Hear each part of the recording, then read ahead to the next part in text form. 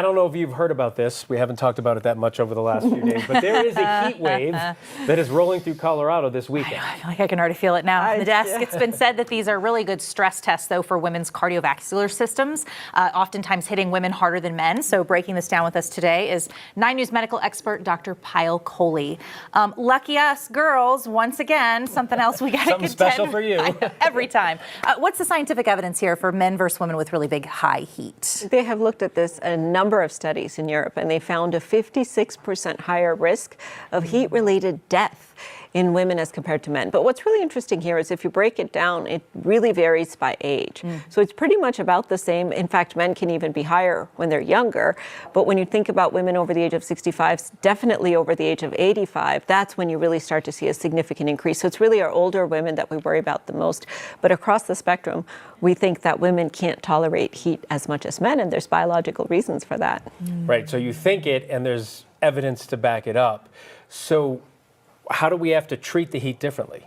Yeah, so think about it, Phil. Women sweat less than men. It requires actually higher temperature for us to start to sweat. And then when it comes to hormones, that also plays an impact. So in premenopausal women, we know that progesterone can change the way that our body gives off heat, the way that the blood vessels open. That's called vasodilation.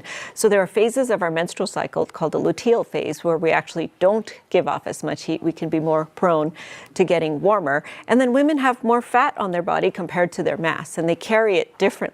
So that fat also serves as insulation. So put all that together, that means the women out there need to be extra careful this weekend, especially if you're pregnant, especially if you're older, especially if you live alone, because you're at much higher risk of heat-related illness. So when we say be careful, I mean, there's the obvious, right? Try to stay somewhere shaded and cool, hydrate, but like, is there anything extra we should be thoughtful of? Or like, is there a symptom we should be watching for? Like, this is when you're in a danger zone. So there's actually a spectrum of heat-related illness. We tend to think of heat-related illness only the kind of more extreme versions of it.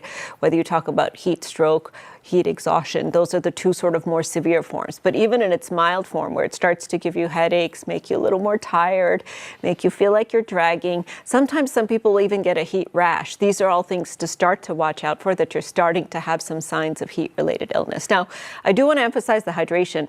For men and women, you need to drink around the clock, even if you're not thirsty. Because when you're hot, you may not even have the same sort of thirst receptor triggering as, because your thermoregulation is affected as your body should. So it may not tell you that you're thirsty. So if you get thirsty, by definition, you've fallen behind. So I actually suggest both of you guys this weekend get the biggest water bottle that you can find, fill it up with ice water, and start to drink to cool yourself from the inside out. But if I'm following this correctly, her bottle needs to be just a little bit bigger. Her bottle needs to be bigger. And if for postmenopausal women out there, they're even higher risk because the estrogen also plays a big role. So we know that what is the biggest sign of menopause? Hot flashes. Oh, estrogen is very much involved in regulating our body's temperature, so that's really important. Does this have any, I know this isn't what we're talking about, but does it have anything to do with why in a household women are colder than men? Is this a body temperature thing too? It can be. That's kind of what I'm hearing. Yes, because our thyroid, our hormones, our fat distribution, all of these things make it different so that women generate their body heat differently. Now, every single organ in our body is very susceptible to temperature. So that's one thing, our body needs to operate on this very tight window of temperature.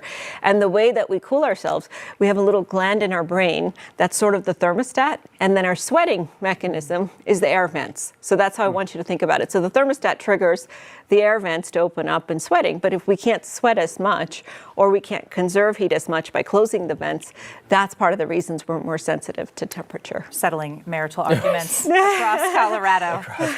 Last thing before we let you go is let's talk about like urban heat islands. What does that mean? Because we hear about like canopies and trees and little segments of town that are hotter than others. This is huge, okay? So we live in an urban heat island. Denver is an urban heat island because when you live in the city, by definition, you're in an urban heat island because there's asphalt, there's concrete, there's roofs, all of which absorb the heat, actually give it off at night. Now compare that exact same temperature to a rural environment, it's actually going to feel less hot for our bodies. And there's of course more shade as well when there are more trees around. So by definition, by living in an urban or suburban area, you are feeling the heat more. And then of course, we've just talked about how women's bodies react to the heat differently. So combining the two together, especially here in the city, we're definitely going to need to be more careful this week. The heat on top of the elevation. Drink, drink, and drink. the elevation. That's what I get. Exactly. Yes. Yep. All right, Dr. Kohli, thanks as always.